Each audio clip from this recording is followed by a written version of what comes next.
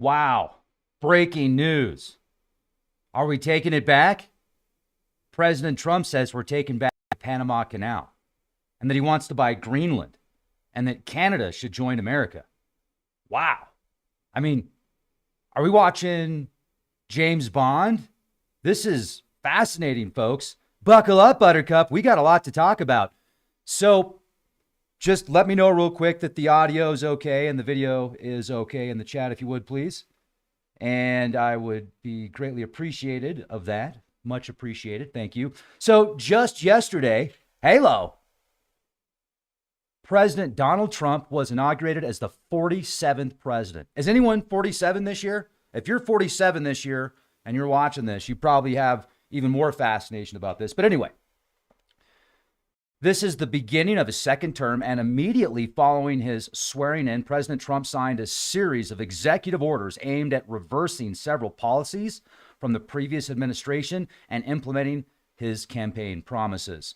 Now, I've got notes. We've got a lot to talk about. Biggest question, the biggest elephant in the room is, are we going to war with China? Did you hear what President Trump said about China and the Panama Canal? Wow. That was intense. And talk about, oh my gosh, I have never seen so many rich and influential people at the same time. It was wild. I mean, we're talking CEOs of Facebook and Apple, or I'm sorry, Meta now, Apple, Google, bigwigs in Vegas. We've got Dana White there just to make sure everything's in order. And what the, I mean, so first of all, when I saw certain people walking into the room, I was going what are they thinking in their head? What was Pence thinking as he was walking into the room? What was Hillary and Bill? What were going through their mind? What was going through their mind as they were walking into the room? I had some ideas. But we've got big moves and executive orders that have been signed, executive orders that have been pulled. I got a lot of notes to share with you. Before I share all of that with you, though, I did want to let you know that I've got a seminar, a free webinar actually coming up this week and next week. If you're interested in attending, send me an email, leakproject@gmail.com. I'll leave my phone number in the video description box. You can send me a text. It's just going to be a free webinar I'm doing with Jay Matta and myself. We're going to show people how to turn their passion into profit. And there's some amazing opportunities right now, how you can make a ton of money and help a ton of people. So we're going to show you some of those opportunities. If you're interested, it's free. Just send me an email, leakproject@gmail.com, or you can send me a text. I'll leave my phone number in the video description box. But let's get into this. So, oh yeah, and it's really cool. Wow. Trump declares Liberation Day and revolution of common sense in his second inaugural address. Now, when he brought up the Panama Canal, and he brought up, he said, we're taking it back. And then he said, China's running it right now. Basically is what he said. I thought to myself, are we going to war with China? What's going on? Because there has been all sorts of activity with mystery drones and espionage. And I think that even the the Treasury Department got hacked by the CCP. So there's a lot going on behind the scenes as well as publicly. And when we see all these tech bigwigs and CEOs and super rich and billionaires and previous politicians all gathering in the same room, and then, so I'm still kind of trying to figure out the whole Elon Musk salute that he gave twice. So a friend of mine, my friend Shondell, sends me a text and he's like, dude, did you see that salute that Musk gave? And I was like, no. And then I saw a photo of it and I'm like, oh, well, a lot of athletes and stuff like that, when they're showing off and doing certain poses, they'll kind of look like that a little bit. He's like, yeah, but he did it twice. And so I went back and watched the video and I was like, whoa, that's pretty intense. He very passionate at that moment, right? And so Now the news is going after that and saying that it was some type of like Nazi salute. And you know what? I don't know. I will say this. The more I research that salute, it goes like he didn't do the salute exactly like it was done back during like the Nazi regime. There was actually, if you look at his hand and if you look at the movements, things are a little bit different, but there's a salute very similar to the Nazi salute that actually predates that goes back to Rome.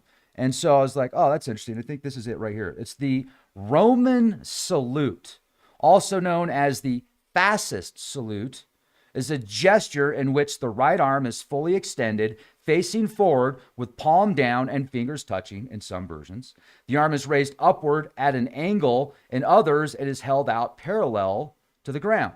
In contemporary times, the former is commonly considered a symbol of fascism. Now, according to an apocryphal legend, the fascist gesture was based on a customary greeting, which was allegedly used in ancient Rome. Then the article says, however, no Roman text describes such a gesture, and the Roman works of art that display salutational gestures bear little resemblance in the modern so-called Roman salute. So, I don't know. Very interesting. So I started thinking, okay, well, Elon Musk, one of his passions is he wants to get back to Mars. And I think that's pretty freaking cool. I want to go back to Mars. How many of you out there think you actually came from Mars? I don't know. I'm just asking. So, well, the Aryan parallels, you know what? Like Mars, Ares, the god of war, Ares, Aryan, is there a connection there? Do ancient stories and mythologies describe that those people, like Aryans, actually came from Mars? Very interesting, right? And now we've got like the icon in space travel right now, Elon Musk, wanting to go back to Mars. And so I'm just like, whoa, is that some ancient? Because sometimes people do things that like they don't even consciously realize they do. And I've questioned before, like, is that from a higher power? Is that from your higher self? Is that just some conditioning, possibly psychologically through the subconscious mind that comes out at that time? And I think that there could be all of the above. But it's interesting when you look at the connections to Mars, the ancient Aryan philosophy and theory of them coming from Mars, the godfathers of rocketry, many are German, and this fascination with Mars. And so then we can get into the Book of Enoch, and that's a whole other podcast. But my theory is the Book of Enoch is talking about a highly advanced set of peoples that came to Earth from Mars. Now, where were they before that? That's up for debate. But the Martian, Mars, Aryan connection and German rocketry connection is fascinating. So just that one gesture, I thought to myself, or he did it twice, actually, I thought to myself, I don't think it was anything. I didn't pick it up as any, like, I don't think he was doing the Nazi salute. I don't think that's what he was doing. I think it was more primordial. And then he was like, thank you from my heart. But it's very, very interesting when we start to connect these dots and then we start to look at the parallels.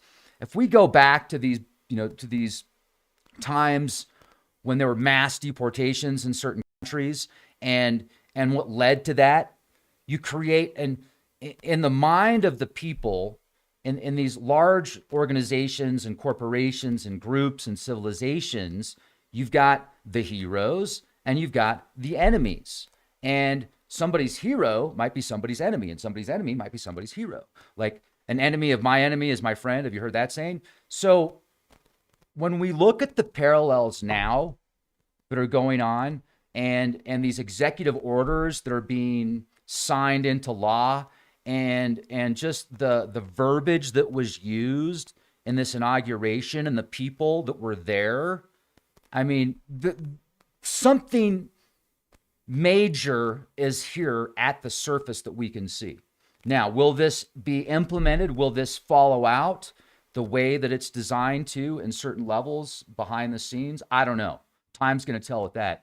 But you can see clearly that there's this huge push for this nationalistic mindset in at least the right wing of the government. And I predicted this big time at the end of 2023. That was one of the forecasts that I made for 2024 and beyond, because you can see this pendulum swing.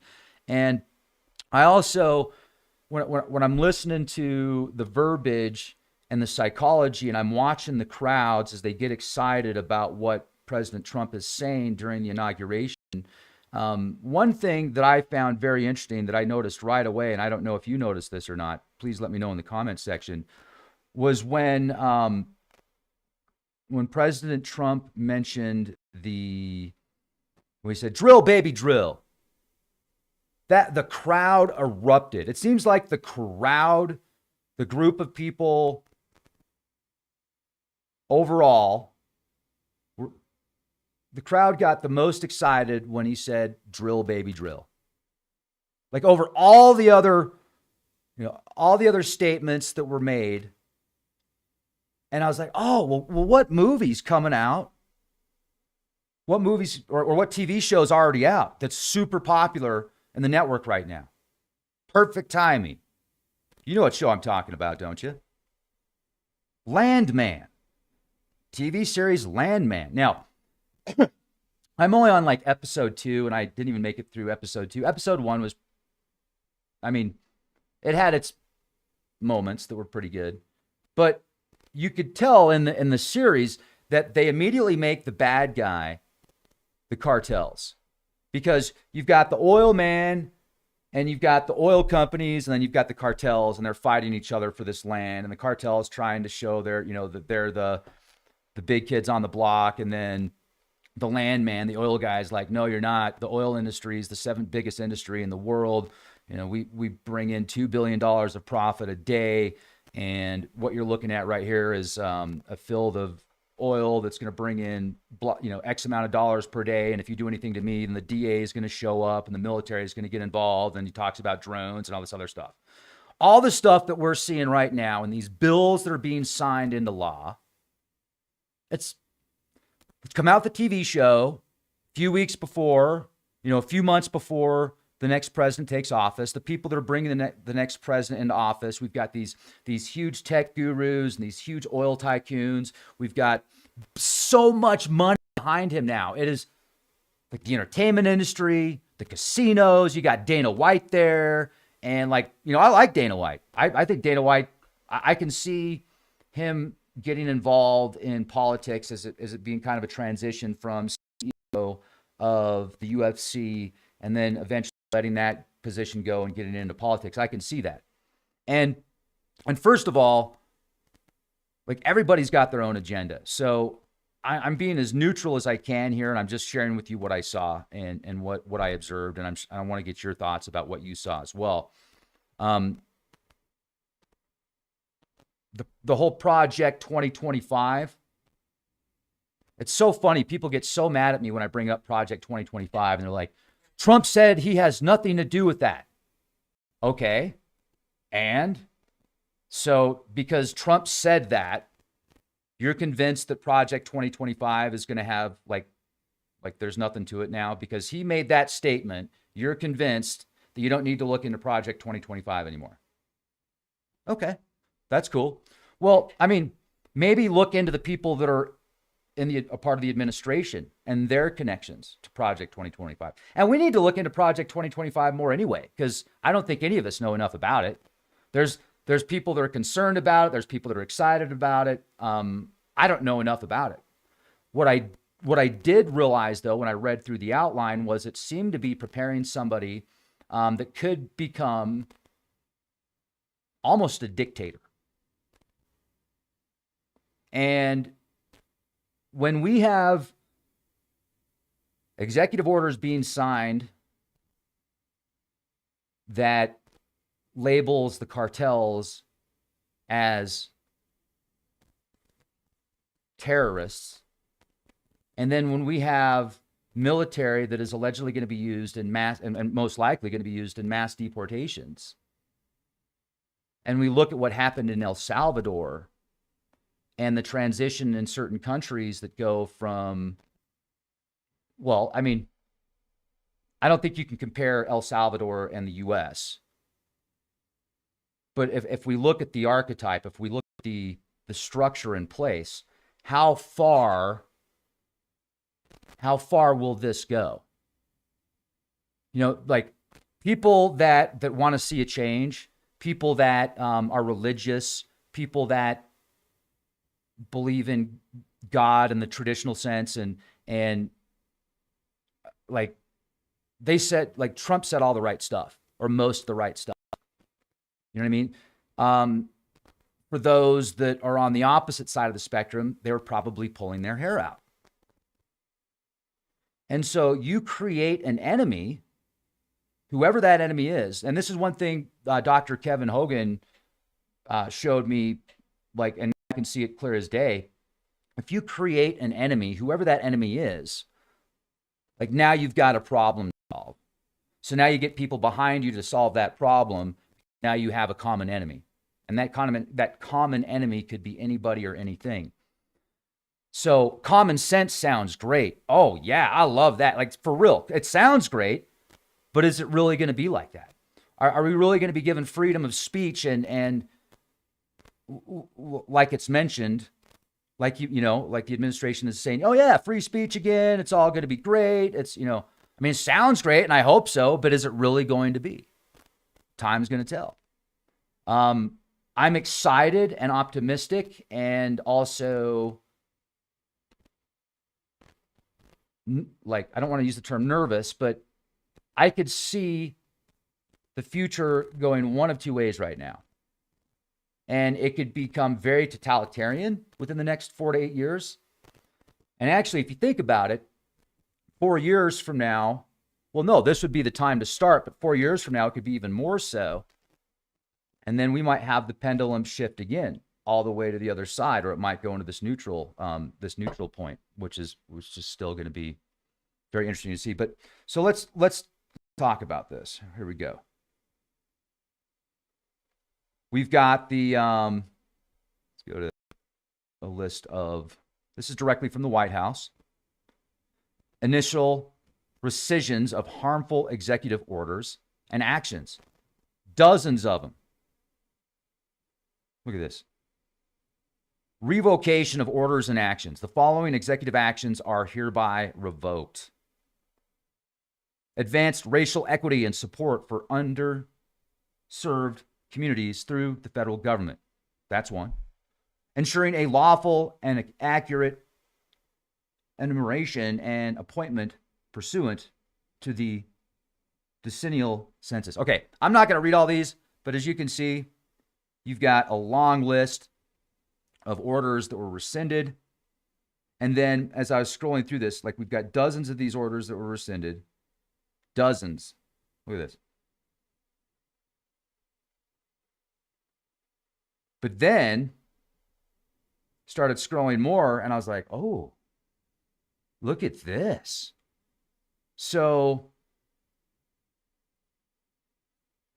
we've got the order of secession within the Department of Justice, the Department of Homeland Security, the Department of Treasury,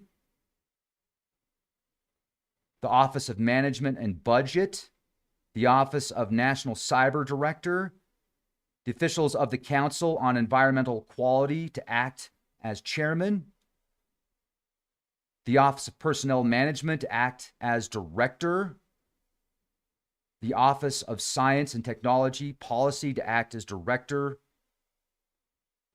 Global Media to act as chief executive. I mean, everything's changing. I mean, this is a big change. This is a big shift. And the timing, very, very interesting. Now, I'm not a religious person. but I appreciate people that are, and I definitely love to research and study religions and look at the parallels from a religion that is, like Christianity and the parallels to Hinduism, or then I'll read through the ancient Sumerian and Babylonian scriptures and texts and tablets and mythologies. And it's fascinating when you can connect all these dots. I love to research it, but I'm not set on any specific religion. And when I see this push back towards religion and God in the traditional sense, at least the past 100 or so years here in the States, and then the government and this, it's a big shift back to grassroots, make America healthy again. Oh, I hope so. I would love to see that. That's, I'm optimistic about that. I think that's great. If we could get rid of all the crap out of the foods and all the crap that's in certain other substances, that would be amazing. Is it going to happen? Probably not.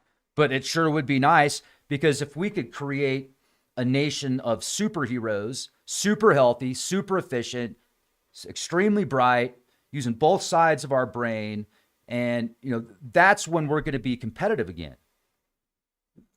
The nation has really fallen as far as overall when it comes to just the abilities that. What were your parents doing? What were your parents' parents doing?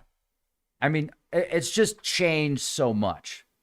So it'd be nice if we could take the best of the old school ways and combine it with the new.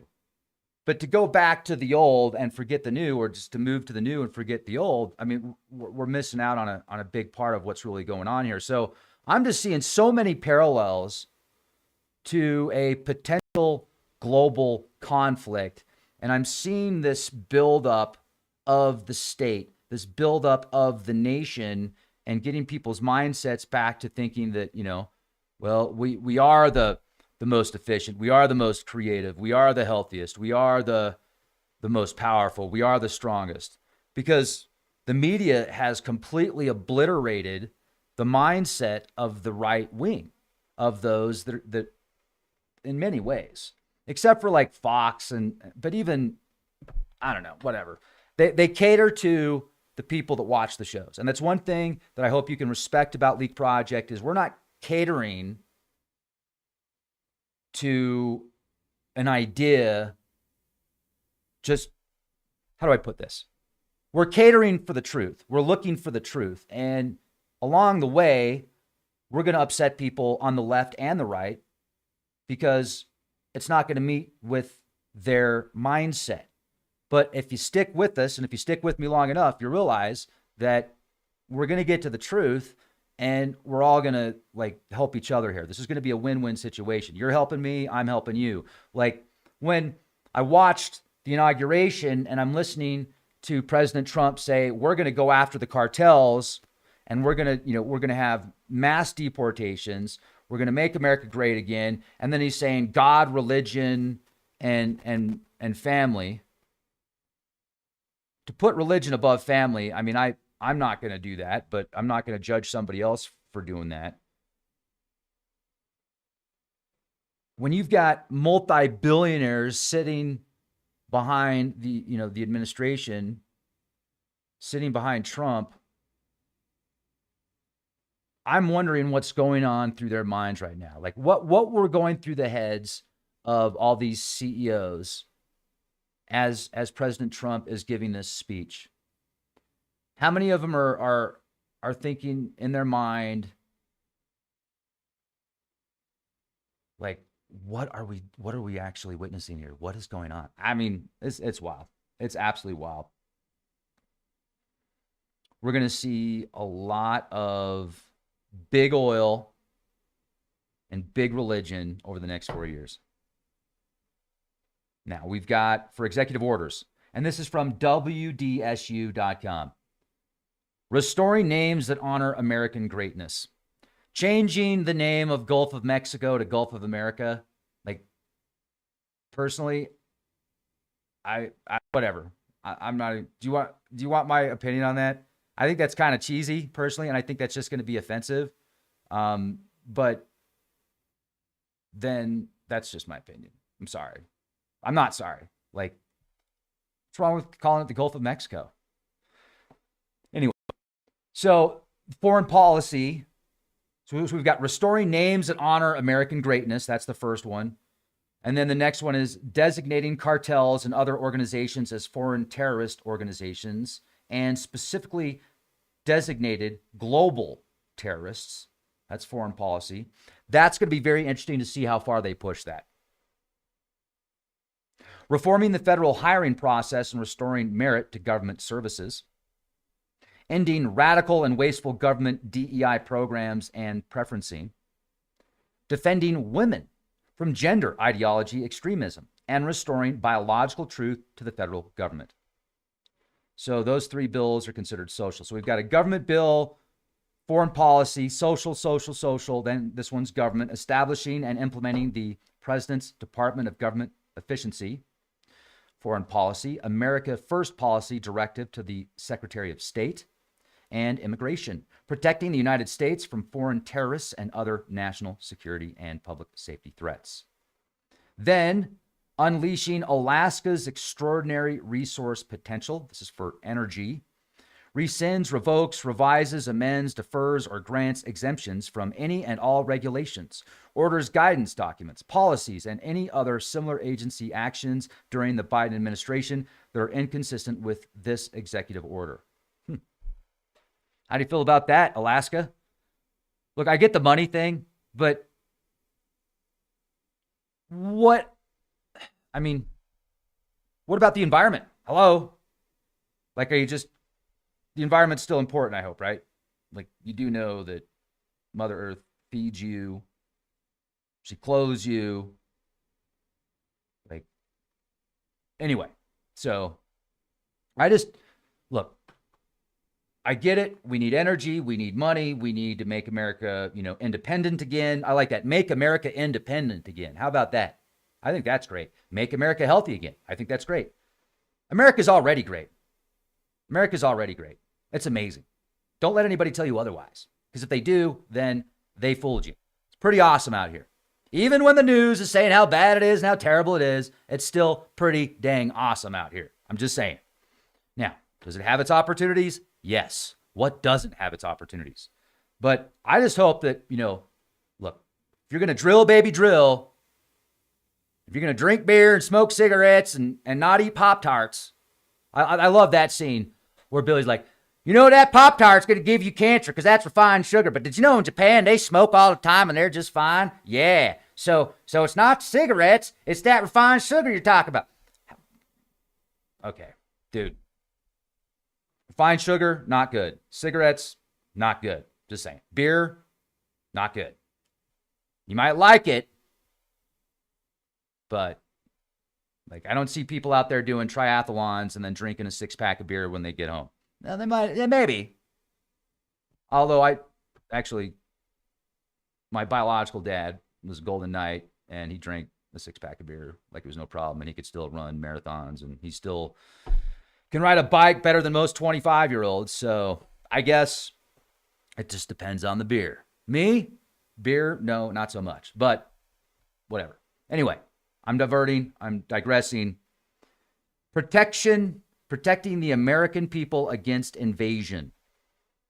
Revokes 4 executive orders signed by Biden. So that's the first page of executive orders signed by President Donald Trump. The next page is reevaluating and realigning United States foreign aid. Then, declaring a national energy emergency. So, a national energy emergency. Wow. Big oil is going to get a lot of money. Like, they don't make enough. They need more. They need more. Beer, cigarettes, football, and oil. It's the American dream. Restoring the death penalty and protecting public safety. Securing our borders. Protecting the meaning and value of American citizenship. Realigning the United States Refugee Admissions Program. Unleashing American energy. Clarifying the military's role in protecting the territorial integrity of the United States. Holding former government officials accountable. for election interference and improper disclosure of sensitive government information. Restoring accountability to policy influencing positions within the federal workforce. Page 2. Page 3. Withdrawing the United States from the World Health Organization.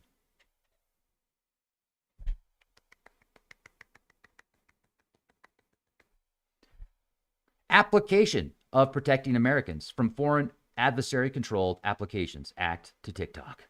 Initial recessions of harmful executive orders and actions, restoring freedom of speech and ending federal censorship. Ending the weaponization of the federal government, putting America first in international environmental agreements. And it looks like 67 executive orders were revoked that were initially signed by Biden. Whoa, man. That's crazy. Wow. So, folks, there you have it. That's a lot. That's definitely a lot. And, like, I get it. I get that we need oil right now. I get that this is an oil-driven economy. I get that it's the 7th biggest moneymaker on the planet. I just want there to be harmony and however, so, okay, we're going to get more oil. We're going to drill more oil. Let's get more businesses out there that can do it cleaner. They can do it more efficiently. They can figure out ways to use technology, the most cutting edge technology, artificial intelligence and supercomputers. Let's take that tech and find the most efficient way to extract oil if you have to have an oil-based economy.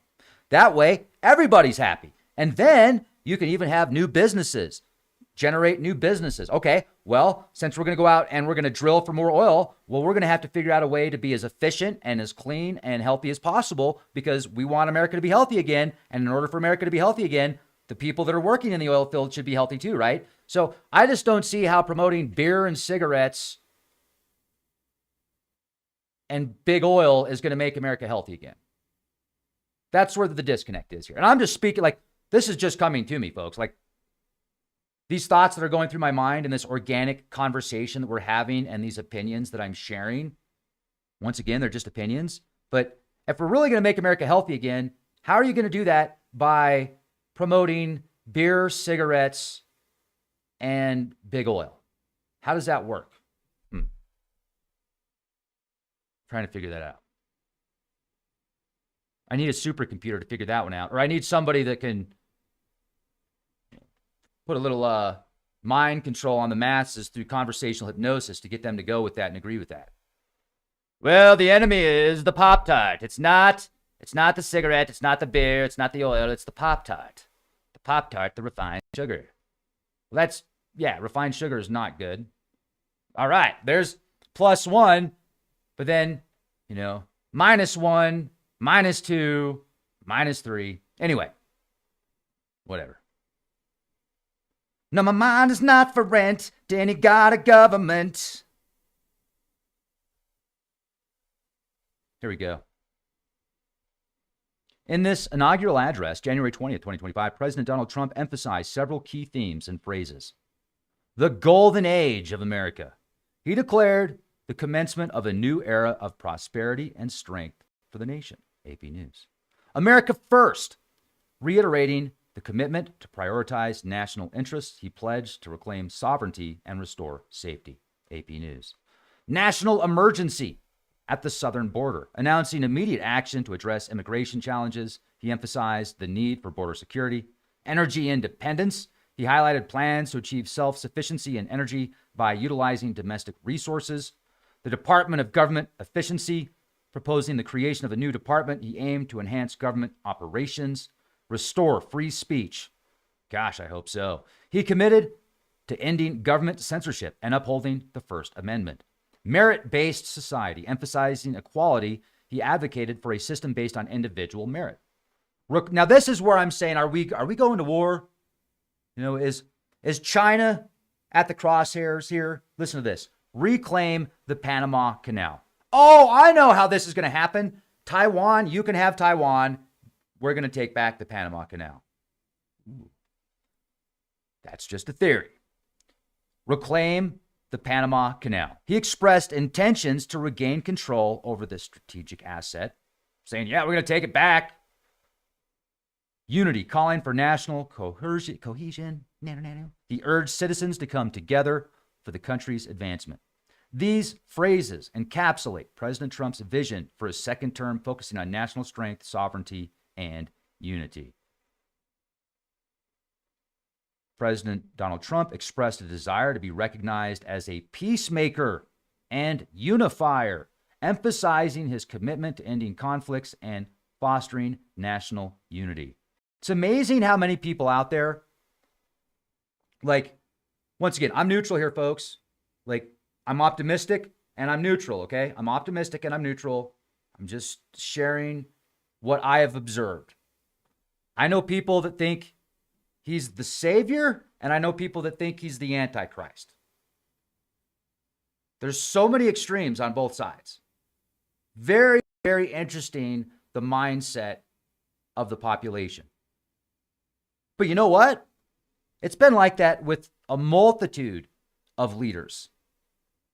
It's like that almost every time you have an influential leader. That person is either considered the savior or the Antichrist. You notice that?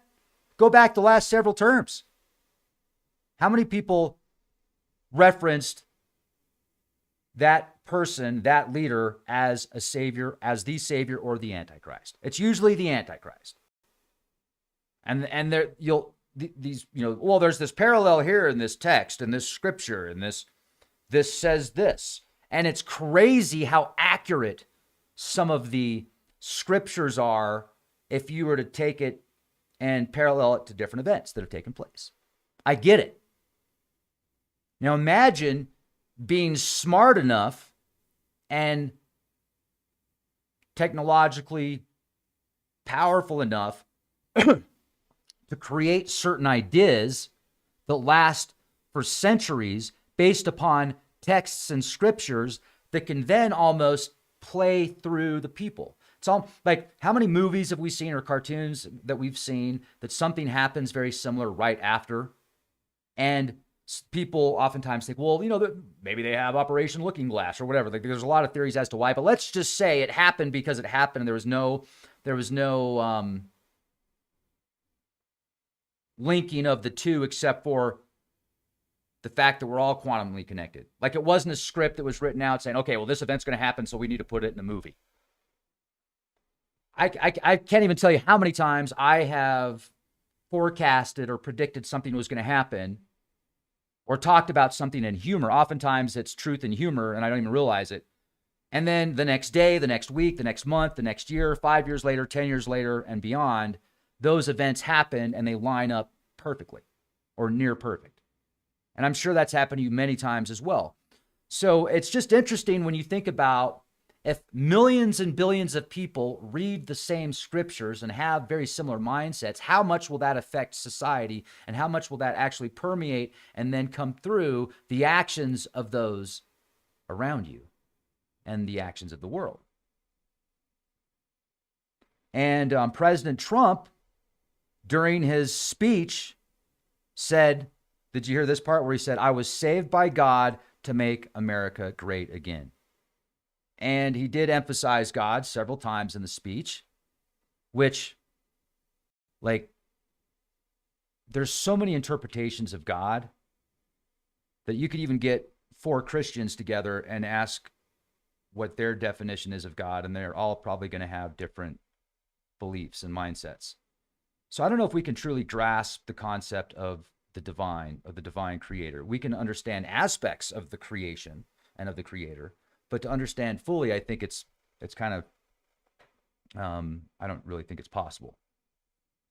So very, very interesting, the different phrases that were used, what was said, some of the people that were at the event, like Mark Zuckerberg, Elon Musk, obviously, Jeff Bezos, Sundar, the CEO of Google, Tim Cook, the CEO of Apple, Shou Chu, CEO of TikTok. Also, we had Barack Obama.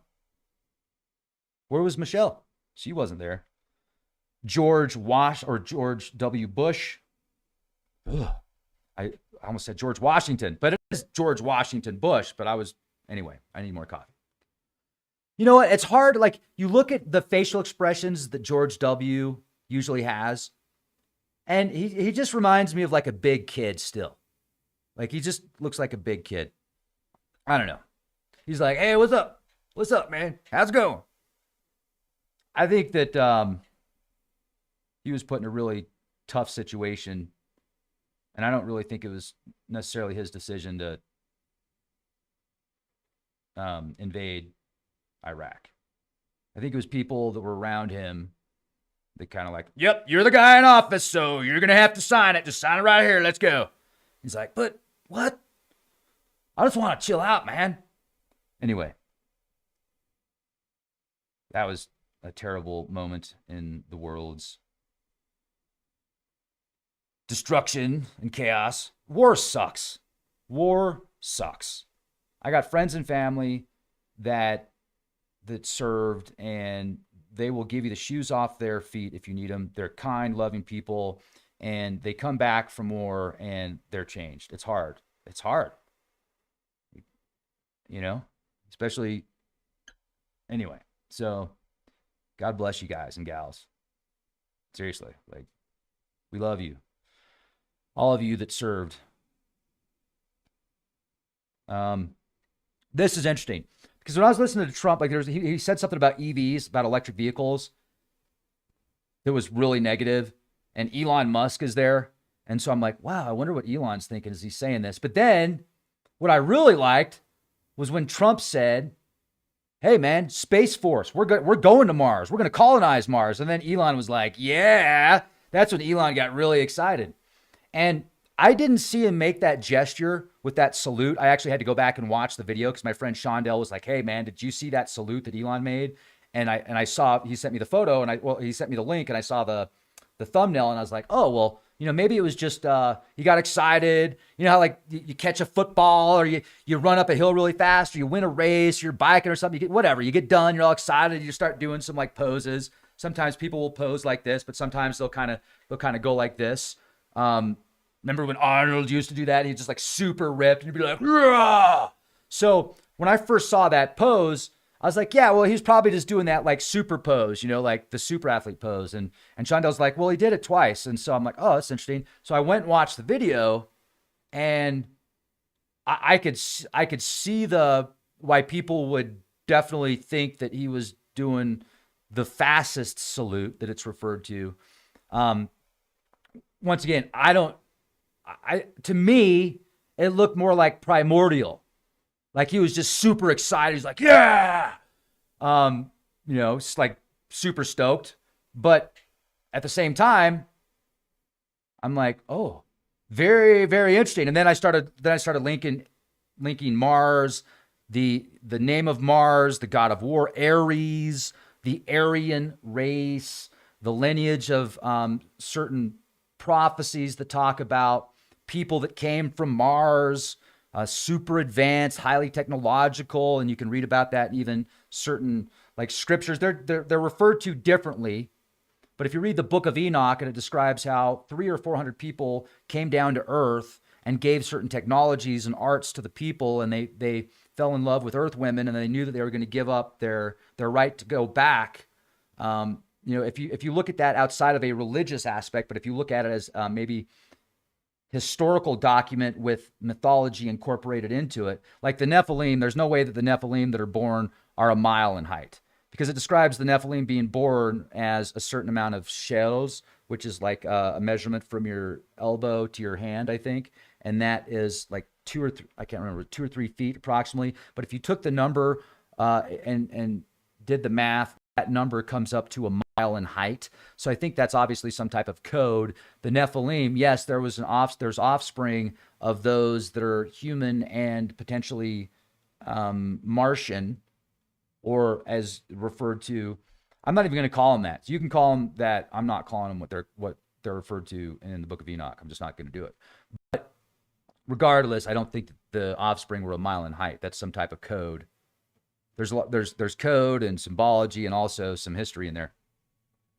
But then, like, China's Vice President Han Zheng is there at this event. And President Trump's like, we're taking the Panama Canal back China's running it. We're taking it back. I thought to myself, ooh, this is going to be very interesting to see how far this goes. But then the supercontinent theory of bringing Greenland in, Canada in. So you've got Canada, Greenland, America, the supercontinent. I've seen maps where Mexico is separated and it's connected with South America. So you've got these different supercontinents now, these different blocks. And so for those of you out there that, well, how do I just be very careful. Be very careful to give complete and utter faith without question into something. It's good to question things. It's good to have faith, but it's good to question things, in my opinion. So we got a lot going on right now, and I'm just wondering, okay, is this the calm before the storm? Is this the calm before a major event takes place? A major event takes place on the East Coast.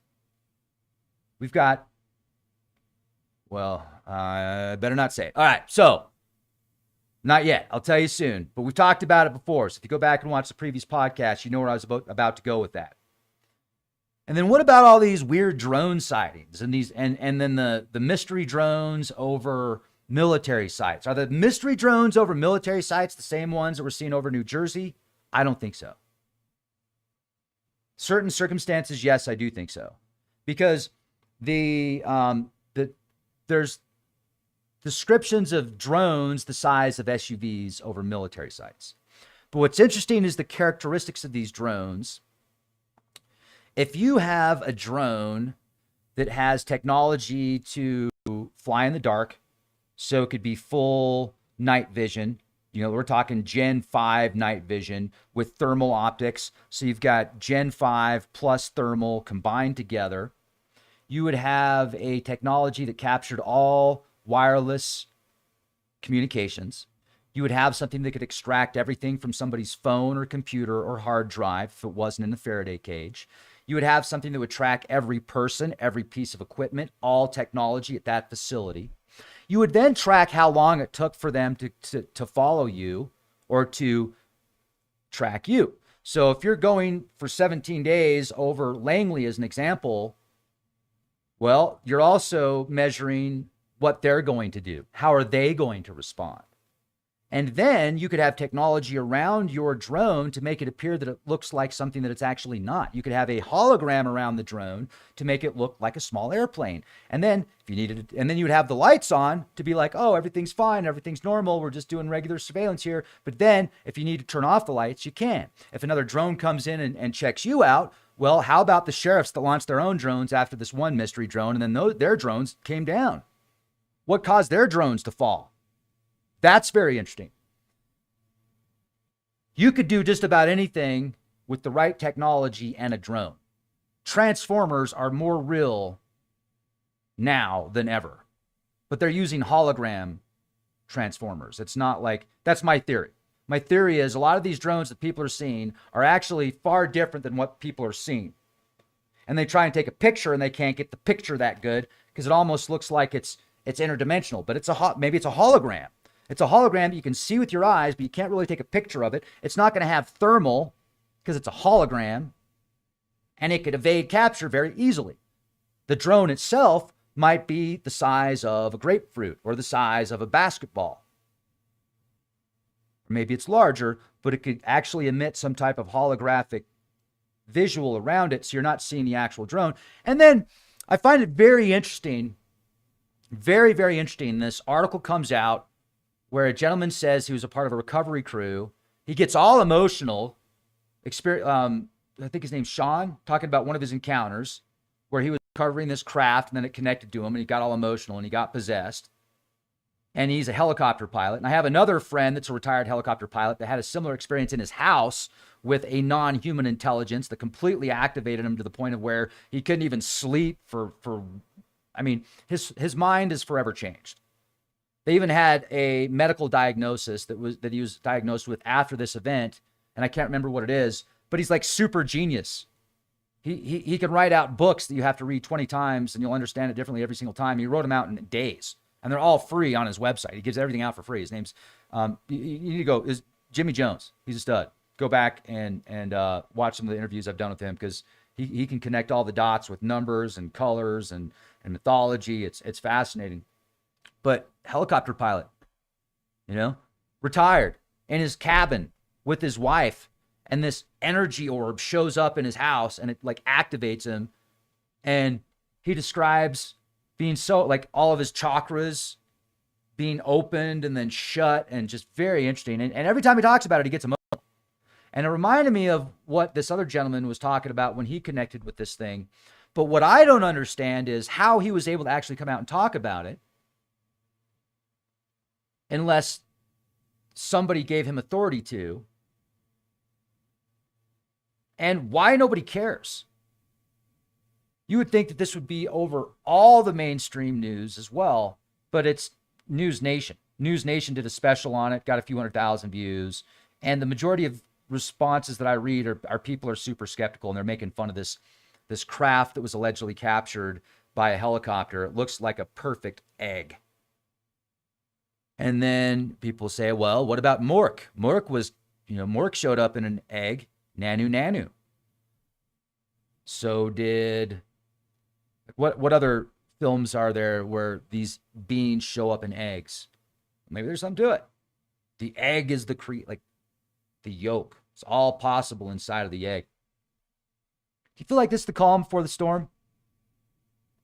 Feel like something big's about to go down? Yeah, and have you noticed all the videos coming out lately where there's these masks, these like flesh masks, not real flesh, they're made out of like plastic or something, but they look like it looks like a real person's head. And there's all these celebrities now that, and so people, it had me even looking at the body language, I'm watching the body language. I'm listening to the tonality of the voice. I'm, the way that it's fluctuating. I'm watching all. And even I, for a minute, I'm like, I wonder. But I'll tell you when I completely stopped wondering was when he started going on a rant about the previous election. And he started going off about it. I'm like, oh, yeah, that's him. Or it's somebody that's so good. It's somebody that's so good at pretending to be him. They even have the rants down perfectly. Anyway, very, very, very, very interesting. And then more talk about the hat. There's more talk about the hat than the body language of the most rich and influential people on the planet. It was all about the hat. Somebody even made a comment the hat was supposed to look like a UFO for UFO disclosure. Come on. Yeah. She's wearing the hat because she wants it to look like a UFO because she wants to disclose aliens. Like, that's the most, it's kind of funny, actually. That's kind of funny. But, cheers.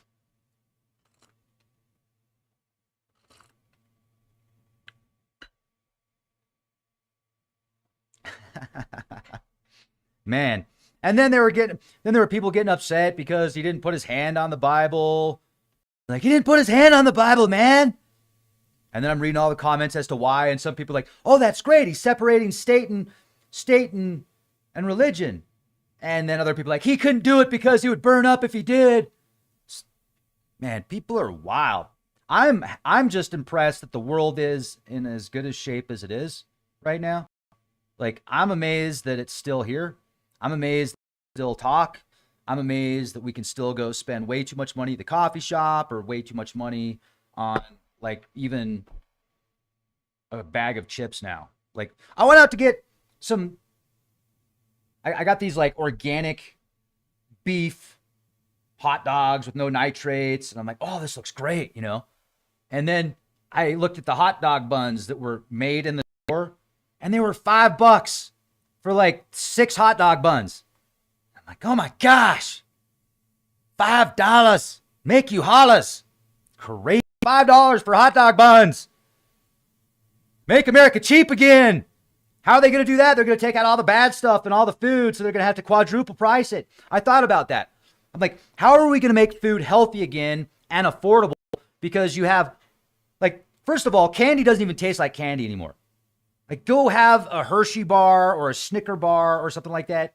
To me, I'm like, it doesn't even taste real. It tastes like chemical crap. Back in the day, a Hershey bar was awesome. Like 30, 40 years ago. What happened? So all these different products that they use just the cheapest crap possible to make it. And you'll read the ingredients and there's like 70 different chemicals that make up this one little, like, I don't know, candy bar. This candy bar contains 70 different ingredients, but it's cheaper. It's cheaper to make a candy bar with 70 ingredients than it is to make one with 4 ingredients, you know, like real milk, real chocolate, whatever you make a real chocolate bar with. Now it's like a chemical bar. And like, well, maybe we can add this and this and this and this. We don't even have to label this and this and this and this. And then people eat stuff and it causes like the stimulus in their brain. Like, oh, I got to eat more of it, even though it tastes like crap. I got to have more. And then, yeah. So how are we going to make America healthy again and affordable again? Make America affordable again. MAAA. Make America affordable again. Where's that in the motto? Well, you're not going to get that in the motto when you've got like every billionaire behind him going, we're going to make more money. We're going to make more. Like, I don't know, man. I want to believe. I really do. I want to believe. But go look at the reaction to Drill Baby Drill by the crowd. And then look at the reactions made about all the other statements. And it's just like, ooh. I don't know, man. Make America affordable again. How do you make it healthy again? How do you keep it great and make it affordable again? You need to create something that would be funded by the federal government that will figure out ways to create the healthiest foods possible that also taste good, but we're getting rid of these seed oils. So how do we get rid of the seed oils and replace that with something healthy? How do we get rid of the colorings and the dyes and replace that with something healthy? How do we go back to, and then we're going to have to cut down on the factory farming. We're going to have to like figure out a way to allow the animals themselves to be healthy, because how are you going to make America healthy if the animals that you're feeding on and feeding from are unhealthy? How are you going to do that? You're going to have to make the animals healthy again. You're going to have to make the topsoil healthy again. You're going to have to make the farmers healthy again. You're going to have to make the oil workers healthy again. Like, oil workers are hard freaking workers. But when I just see, like when I was saying earlier, you're supposed to be making America healthy again, but you're promoting videos of drinking beer, smoking cigarettes, and working in the oil fields. Like, there's a conflict of interest there. I'm just saying. So look at all the chemicals now that are being sprayed on the tobacco. Most people, like, well, tobacco is fine. It's the stuff that they put on tobacco. Okay. Well, if that's your opinion and that's your thought, that's fine. But how do we make America healthy again? And how do we make, like, let's make the oil workers healthy again. How are you going to do that? Well, we told them not to eat a Pop-Tart. We told them no Pop-Tart, but you can eat the Hot Pocket. Eat the Hot Pocket, but not the Pop-Tart. I mean, there's just, you could do it. You could do it. You could actually, so give money to farmers that grow organically. Offer money to farmers that have real free-range chickens. Did you know that, like, the definition of a free-range chicken, all that means? Oh, here. Okay. Let me show you this. What is the real definition of a free-range chicken?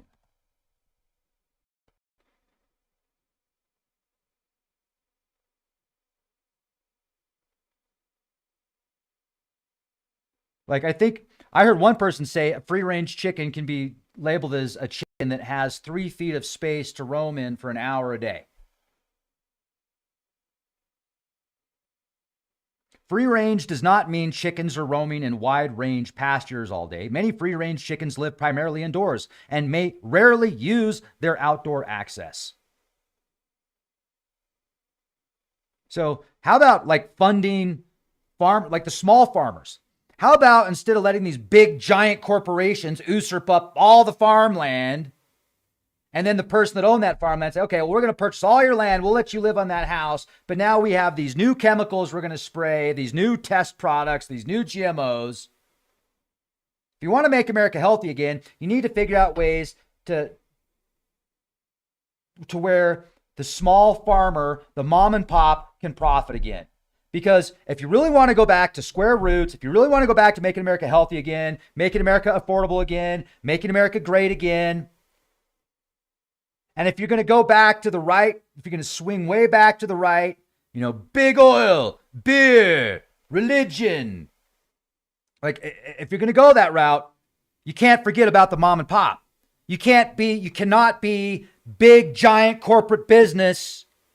Forget about mom and pop. And we're going to make America healthy again.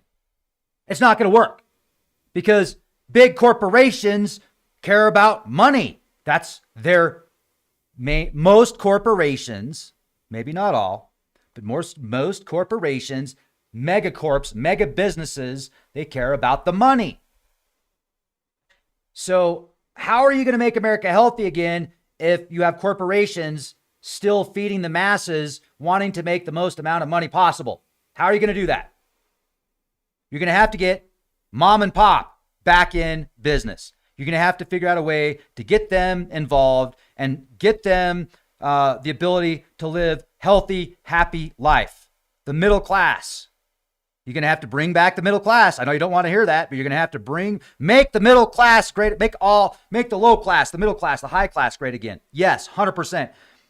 The middle class is usually a big foundation in the logistics of this. Like, if you're going to bring Project 2025 back into play, if you want big oil, I get it. Okay. But you're going to have to figure out a way to make mom and pop and the small business owners and Main Street healthy again, to where they want to work, to where they want to grow crops, to where they want to be independent.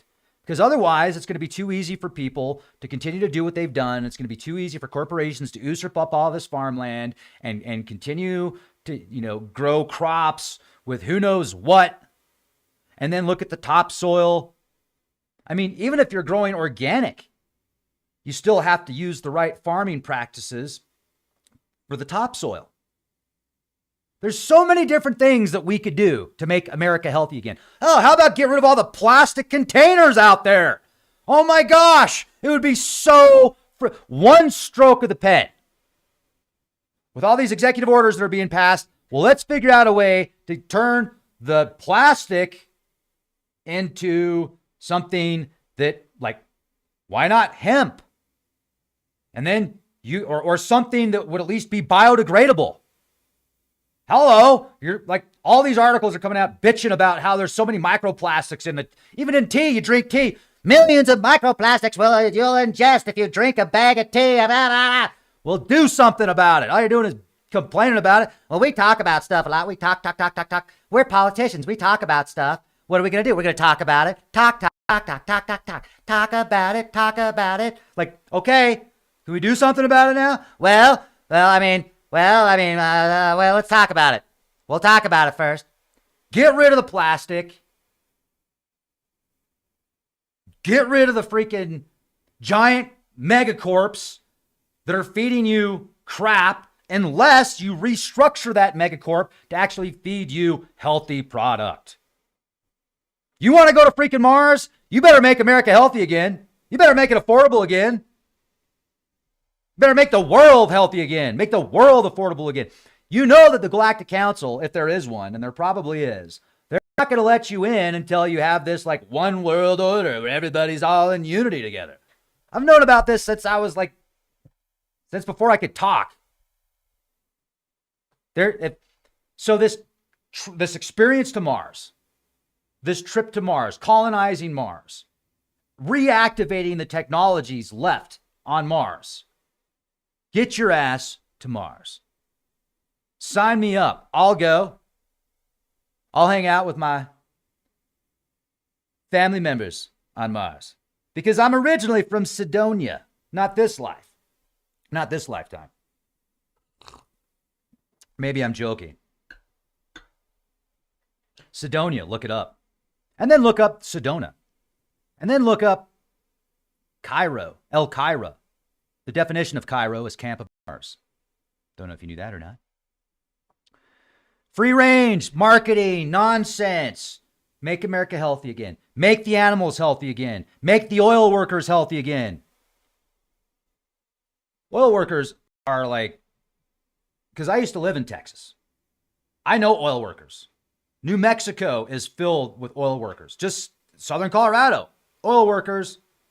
You guys work your tails off. Very hard workers. So, I want to see everybody healthy. I'm not knocking any industry or anybody. I'm seeing all these conflicts of interest here. I'm seeing people around me getting so excited that they think that the Savior's here and he's going to change the world for the better. And, it's like, maybe, I hope so. That sounds great. But what do we need to do to get there? Now that we've got all these new people taking power and taking control over certain facilities, how do we really maximize this time? How do we really create a golden age for America again?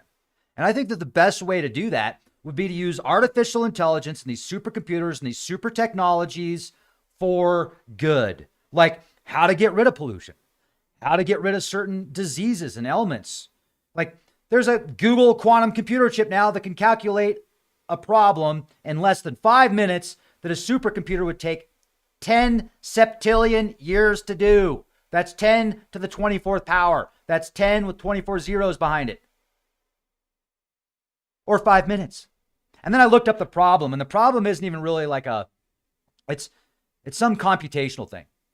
But if you could figure out a way to create software to have computers solve problems, like man-made problems, how about let's use these technologies for good? How about let's use these technologies to figure out a way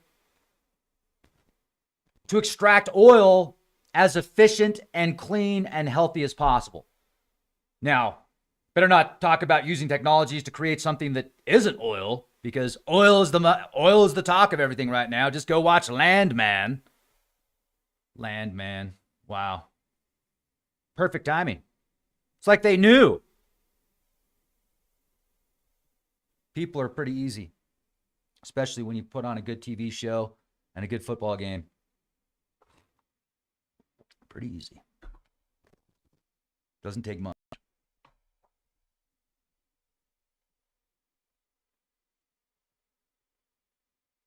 Assimilate. Assimilate. Yeah, I would absolutely. I've had a fascination with Mars since I was born. And I don't know why. But there's definitely something going on there. And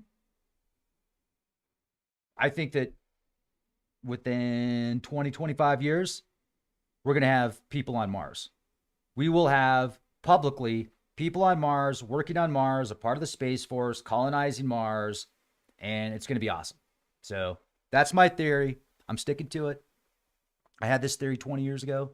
So, and when I hear President Trump say, we're going to Mars, and Elon starts getting all excited, I'm like, yeah, I'll try it. Interesting parallels, folks. Interesting parallels. How far will the military go in rounding up people that are illegal aliens? It's going to be interesting. It'd be interesting. What are your thoughts? I'm going to read some of the comments now in the comment section. Is anybody still here? By the way, I don't know if anybody. It's been a long rant. The coffee. This is actually mushroom coffee that I'm drinking. It's pretty good. Total Recall. It's a documentary. What's up, C Noble? How you doing? That's a cool last name. My last name is Noble. I'm a nobleman. Part Martian. Hey, everybody. Nice to see y'all. Thanks for making it to the chat. Remember, this is a live action role play for entertainment purposes only. Any similarities are pure coincidence. These are all my opinions. These are opinions based on entertainment and deep thoughts, not down by the river at high elevation. Disclaimer. We've got Green Greg in the house. I think that Green Greg is actually part alien as well. He is the coolest rocket scientist that I know. Also one of the coolest people that I know. Good to see you. Fossils, how are you? Bones Jones. Wolf Resistance. Road Rage. KM, how the heck are you? Purple, good to see you. Cheryl. I love you all too. Very much. Oh, yeah. Okay. Let's talk about that. I just think it makes perfect sense. I think that the whole hologram drone makes perfect sense because you could have this really small drone, high technology that could move in any direction really fast, about the size of a grapefruit to the size of about the size of a basketball, maybe even a beach ball. And you have a holographic tech around it that could make it look like an airplane or make it look like just about anything. Make it look like a jet, make it look like an X-wing, make it look like a freaking Star Wars, and all the tech on there to make, you could fly at night. You could fly it with thermal, Gen 4. Oh, and then I just saw a video of a drone that was activated with 5G technology and wireless signals were activating it and actually powering it. How cool is that? And you think that's cool? China's showing off their 6G technology from satellites and laser beams. Download 100 gigabytes a second. That's like 10 movies in a second. That's their 6G technology that China's working on right now. Next level. Next level. Yeah, Greg, you're brilliant, man. You're absolutely brilliant. I might be able to keep up with you on the abstract stuff, but when you start talking math and like equations, dude, yeah, not so much. And then we got Shondell in the house. Shondell's going to be a guest on Leak Project next month. This guy connects dots better than anybody. That's why we call him the Navajo Code Whisperer. The Navajo Code Whisperer. Yeah, how you doing out there in Montana? Out there in Montana, it is freaking cold out here, folks. Wind chills hit below 20 today out here, and we have no snow. No snow. Texas is getting 6 inches of snow. I'm at 7,500 feet, 7,000 feet elevation because I just moved. 7,000 feet elevation, no snow. 20 below with wind chill, no snow, but Texas is getting 6 inches of snow. What's up with that?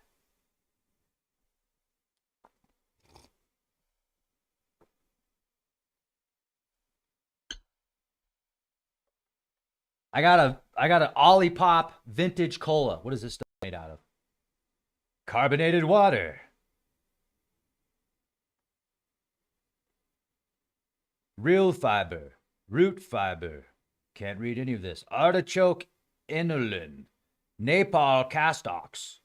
Marshmallow root. Candula flower. Natural vanilla flavor. I don't see any E. coli. I don't see any modified E. coli feces in this. None. No modified E. coli feces in this. Shucks. I wanted extra. See how it tastes. It's all right. It's not bad. I think I'll drink some more coffee, though. I like the mushroom coffee. And I drink weird stuff. I have a drinking problem. I probably drink like 2 kombuchas a day. Yeah, I drink a lot of kombucha. I don't drink alcohol, but I do drink coffee. Okay, Buffalo. Yes.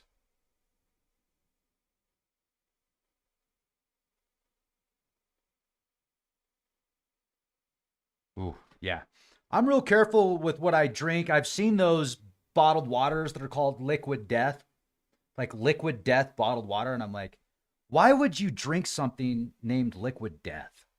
Even if it's just water, the fact that they have that on the water bottle, I'm not drinking it. I'm just saying. Have you seen some of the water samples where they would write something on the bottle of the water and then they would put the water in the freezer, it would freeze, and you would look at these crystals. And if you would write, I love you on the water, or I love you, you're beautiful, you would get these really nice looking crystalline figures that look like snowflakes, all beautiful and symmetrical. And then I saw this one where they wrote disease or I hate you on the label, on the tape, and then they put that on the water, then they froze it. And the water looks like it's like all gross. It's weird. I'm like, wait a second, aren't people mainly water?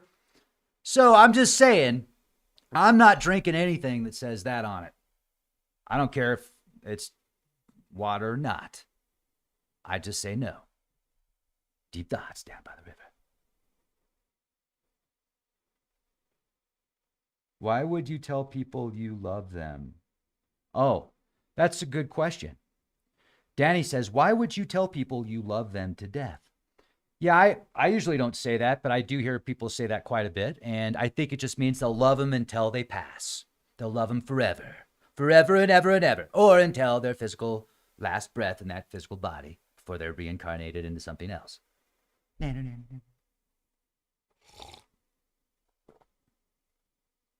Mushroom coffee, it fly you to Mars type off mushrooms. No, it's actually just Four Sigmatic, I think is the name of the company that I get my coffee from. I get this mushroom coffee from Four Sigmatic where they just order it or they just ship it out. And there's like different types you can get. And anyway, yeah.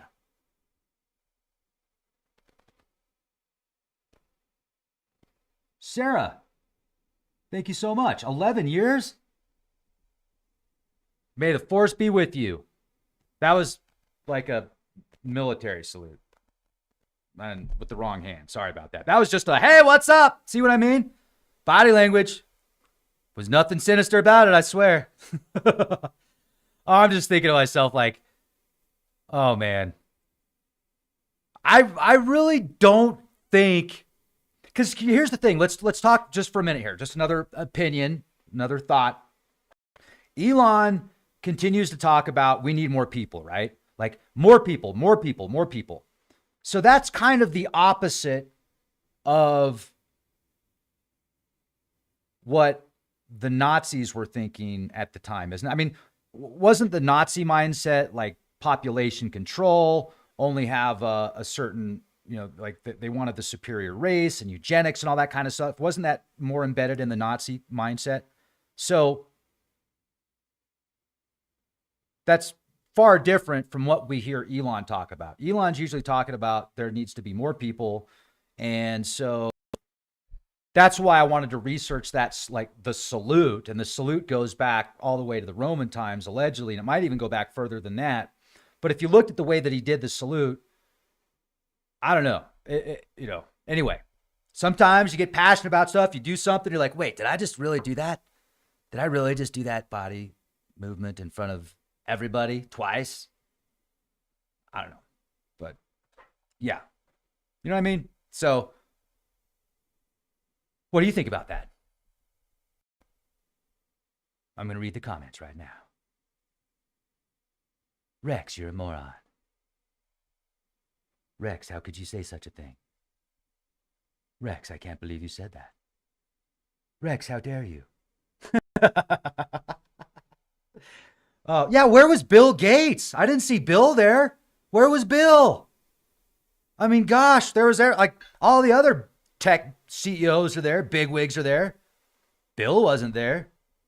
Unless he was wearing one of those flesh masks that, not real flesh, but like plastic, but looks like it's real. Pretending to be somebody else. That could have been a possibility. Probably not. Probably not.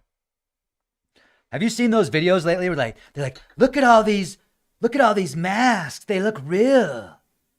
Anybody could be talking up there. Anybody. They could just be using artificial intelligence tone. And so now people are like, is that really him? Is it really him? His body language is a little bit different. His tone's a little different. He's not quite as angry.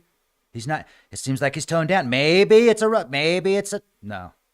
No, just listen to the rant that he gave after the inauguration, like while he was waiting for something. I was like, oh no, that's definitely him.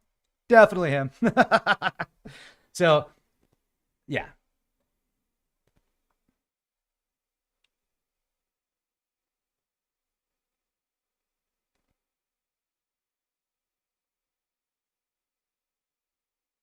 Bill was watching from Mars on the X rocket. Oh, don't see little. Oh yeah, you know what else I noticed that was kind of spooky? When I first went, when the inauguration started, and they were showing the inauguration from a bird's eye view, it looked like an X. And I was like, whoa, is that symbolic for like X marks the spot or what? It almost, I'm not even going to say it. I'm not even going to say it. Because you probably thought it too, what I'm not going to say. And I just was like, ooh. How did they talk all of them into going? How did they, like, you got to be able to negotiate one hell of a deal just to get one billionaire to show up and go behind you. Like, but to get that's, wow. I've never seen anything like that before. So many tech CEOs that just a few years ago seemed to have a completely different mindset. Now they're sitting behind him. I mean, wow, folks, that takes a serious negotiator right there. So, wow. Very, very, very interesting.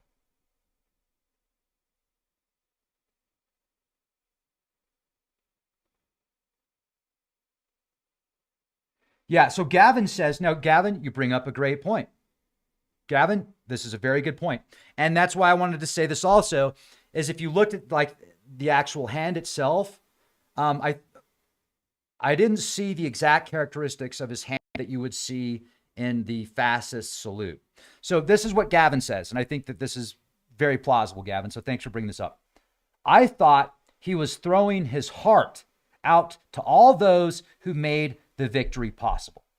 You have to listen to what he was saying when he made that gesture, but maybe I'm wrong. You bring up a great point, Gavin, because it did look like if you had never seen the fascist salute before, and if you were watching that, because he even said it, like he went like this, then he turned around, he did it again, and then he came back and he said something like, I give my heart out to you, or something like that. So I thought that was, if that's what he was doing, like let's give him the benefit of the doubt for a second. Let's say that that's what he was doing. Just saying, I'm giving out my heart to you. That's pretty freaking cool. Now, if it was more sinister and it was not just saying, I'm giving my heart out to you, then I don't need to say anything else. You can come up with your own conclusions. But when I look at his body language and I look at his facial expressions, he kind of seems like a big kid. He seems like a big, happy kid. So I'm just going to leave that at that for now.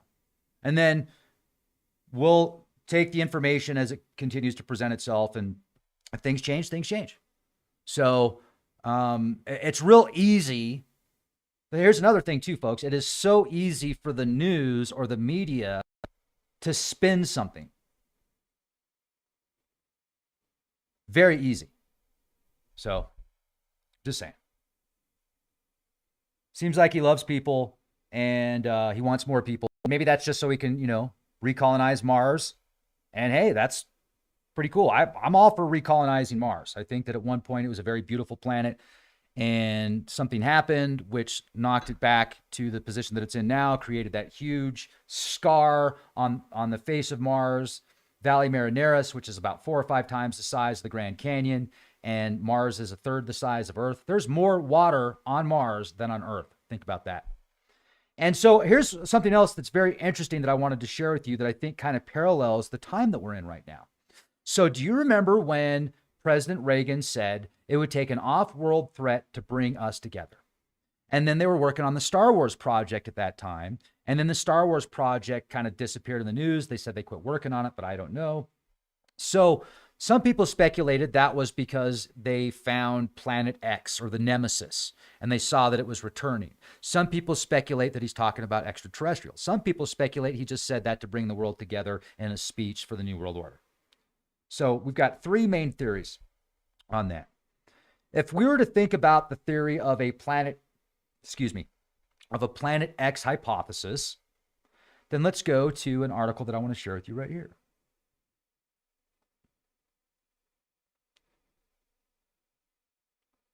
LiveScience.com. An interstellar visitor may have changed the course of 4 solar system planets, study suggests. This was published 2 days ago. So this isn't a rehashed Planet X article or Planet 9 article. It's a paper describing how astronomers and scientists, based upon the observations of the planets, think that a massive planet about 8 times the size of Jupiter potentially came in and knocked the planets out of orbit. An object 8 times the mass of Jupiter may have swooped around the sun, coming super close to Mars' present-day orbit before shoving 4 of the solar system's planets onto a different course. Very interesting because of the timing of this article. President Trump's inauguration, the connections of President Trump's administration to Ronald Reagan's administration. There's a lot of connections there. And the talk that Ronald Reagan gave on potentially ETs or Planet X and all the stuff that's going on right now with the mystery drones, possibly ET disclosure, the 7117Q reference. I think that there's a very real possibility that there could be more information within the next 5 to 10 years on this Planet X. However, they've been saying the same thing since at least the 80s about how they thought they discovered Planet X and they just needed more money to find it. And they're saying the same thing now. They just changed the name from Planet X to Planet 9 because they demoted Pluto. So it'd be more of the same. And I don't think that these Earth changes that we're seeing are from Planet X because it's so far away that I don't see how plausible it would be. It's definitely more connected with our sun and our star, and the magnetosphere weakening. The Earth's inner core is slowing down. There's something going on there. But I don't think it's Planet X, folks. So we'll keep it on that. Thank you so much for watching. I hope you have a beautiful day. And Saturn is only losing its rings for a short time because of the perspective that we're going to have on it. It's because of the orbit of Saturn. The rings are still going to be there. We're just going to be perceiving it in a different angle. So it's going to look like the rings are gone if you have a telescope coming up here. Thanks for bringing that up, Shondale. Have a beautiful day. Be the change you want to see. And check us out on Patreon. You're going to love it. And I hope to see you at the free webinar we got coming up. Send me an email, leakproject@gmail.com.